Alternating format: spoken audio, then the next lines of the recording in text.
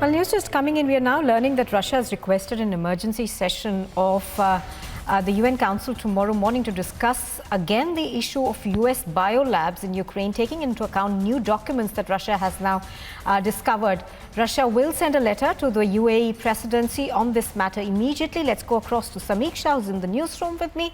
Samiksha, explain to us what Russia has said. We also, of course, are perhaps seeing the intensifying of charges that we have seen Russia lay at the doorstep of the United States of America, particularly over the Biolabs charge. Now, this is something essentially that Ukraine as well as the United States of America have both denied. Well, absolutely.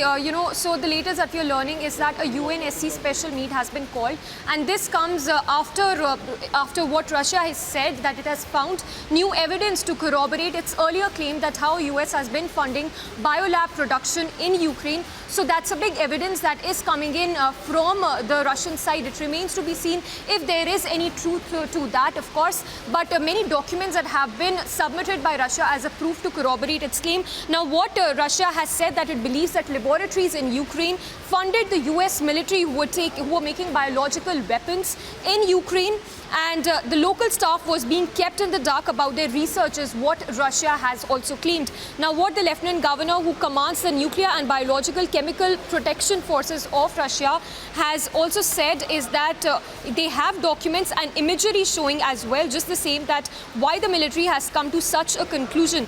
Also, what we are learning is that according to the disclosed documents by Russia, the US Threat Reduction Administration picked several military labs to carry out studies of deadly pathogens and also finance them under the guise of the Ukrainian Ministry of Health. So what Russia is essentially saying is that US and Ukraine have been hand in glove when it comes to production of biolabs in Ukraine.